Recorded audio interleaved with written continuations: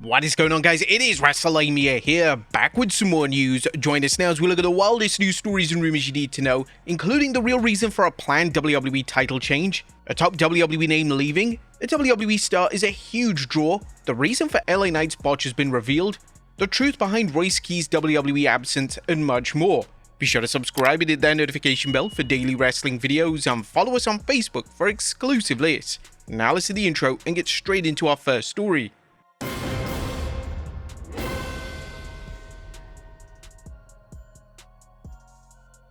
Our first story looks at the real reason for a planned title change.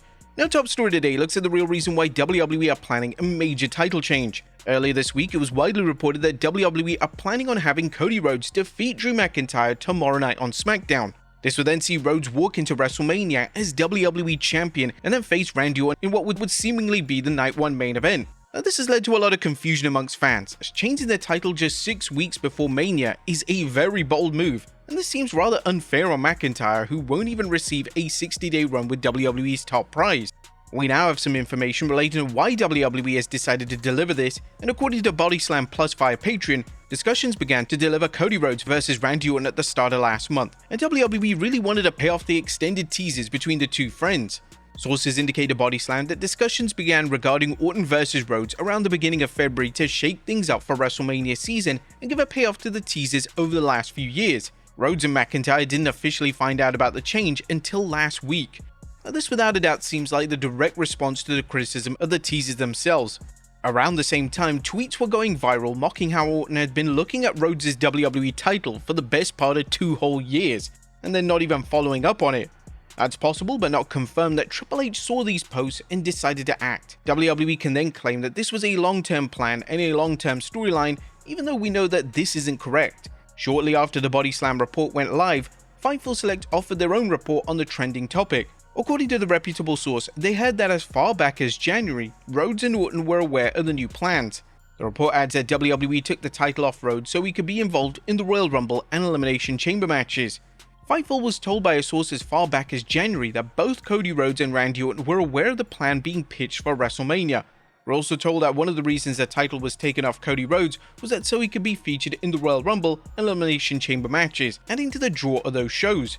Whilst numerous sources have claimed that Rhodes is winning the WWE title tomorrow night, they continue to be in a state of flux, and it wouldn't come as too much of a surprise to see WWE once again pivot. Next up is a top WWE name leaving. Now, so where does this leave Drew McIntyre? Well, despite rumors that WWE may end up delivering a multi-man contest, several sources indicate that this isn't the plan. According to BodySlam Plus via Patreon, the current plan is McIntyre versus Jacob Fatu, and after WrestleMania, the current WWE champion will be leaving to film Highlander. The current plan looks to be Drew McIntyre versus Jacob Fatu at WrestleMania. McIntyre is set to begin filming for Highlander immediately after WrestleMania. And this is without question going to play a big factor in WWE potentially taking the title off McIntyre, as if he isn't going to be factored into the post-Mania plans, it doesn't make a ton of sense to commit to giving him a main event on the grand stage of WrestleMania. Next up, a WWE star is actually a huge draw. Whilst Danhausen's debut at Elimination Chamber PLE received a somewhat negative response from fans, he's managed to make a firm connection, and his merchandise is officially selling extremely well. According to PW Insider Elite, WWE is surprised with his early merchandise numbers, clearly indicating that he's been a huge draw in that department for the company.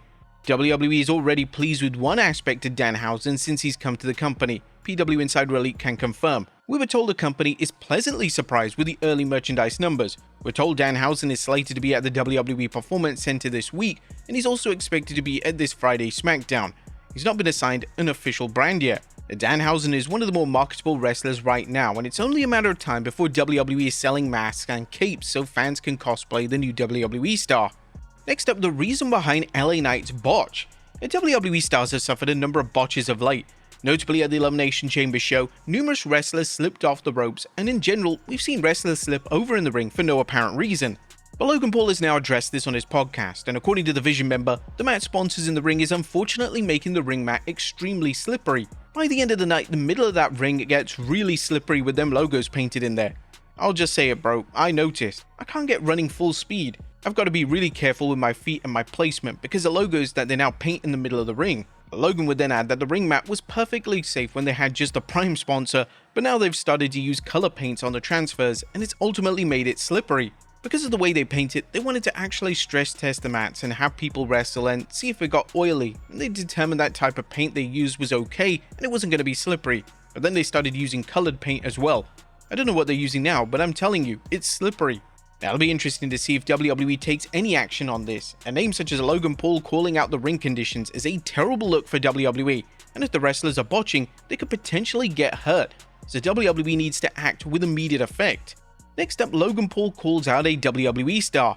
One of the more questionable spots in the men's elimination chamber last weekend saw Logan Paul eliminate Javon Evans. There was concern that Evans was legitimately hurt, as Evans took Logan's finisher, the pulverizer, straight onto his face. Now, in a kayfabe breaking moment, Paul has stated that Evans didn't flip with the move, and that's why he landed the way he did. I'm gonna say this, the kid is one of the best flippers in the WWE, but all of a sudden when it comes to time to flip with me, he can't do it, can't flip, nothing happened. He got effing got. He got pulverized, he got pinned. Nothing happened, he's fine, but he chalks it up, but put some ice on the neck. Do a better flip next time and get going. Logan's finisher is one of the more unique finishers on the WWE roster right now, and if the WWE talent are unaware of how to safely take it, then perhaps talent needs to be shown prior to matches and segments in order to make sure the move is executed without a hitch. Next up, the truth behind Royce Keyes' WWE absence. Where on earth is Royce Keyes? Keyes debuted at the 2026 Rumble and has now disappeared off television completely. There are now numerous mixed reports on Keyes' WWE status, but Body Slam Plus has now revealed that WWE is keeping him in dark matches so they can finalize his creative direction. Back at the Royal Rumble, Royce Keyes made his WWE debut. WWE used this show to introduce Keyes to the audience who may not have watched him in AEW. Sources indicate to Body Slam that WWE is currently using Keyes in dark matches as a way to let him get reps while they finalize his creative moving forward. WWE and Keyes are said to have filmed vignettes which are expected to begin airing soon. Another source noted that SmackDown is still the expected landing spot for Keyes. Additionally, PW Insider Elite has also issued a report on Keyes, and they state that Keyes is getting acclimated when it comes to WWE production.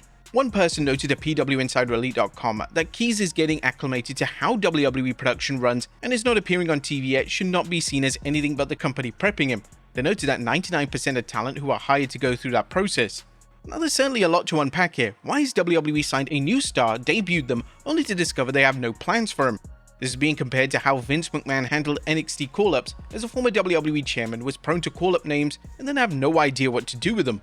When it comes to the production report, this one is a head-scratcher for sure. The way WWE produces TV isn't a whole lot different compared to how AEW ran things, and numerous AEW names have debuted immediately on WWE programming, so this is a really unique reason to keep someone off television.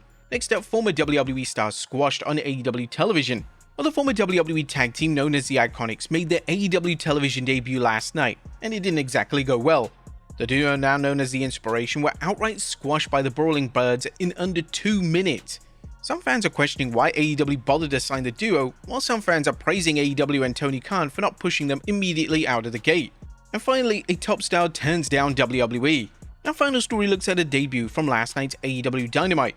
It's official, David Finlay is now part of the AEW roster, and according to Fightful Select, he signed to the company on a multi-year deal. David Finlay has shown up in All Elite Wrestling. Fightful Select Sean Ross Sapp has confirmed that David Finlay has signed with All Elite Wrestling on a multi-year deal. In addition, it was confirmed that Gabe Kidd and Clark Connors are under contract. We're told that the David Finlay deal came together in the last week. Finlay was looking to move on from New Japan Pro Wrestling and wanted to work in the US. We're told he's effectively done with New Japan Pro Wrestling. It's also surfaced that WWE did attempt to make a play for Finlay, but Finlay turned this down. And according to Corey Hayes via X, the deal was a lower level contract and not a main roster deal. David Finlay was offered a contract with WWE to start with NXT. It was a lower level contract and not a main roster level contract.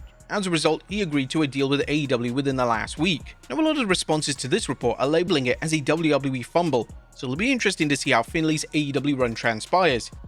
But there you have it, folks. Our look at the wildest news stories and rumors you need to know. Be sure to leave your comments down below. I'll see you next time with some more wrestling content.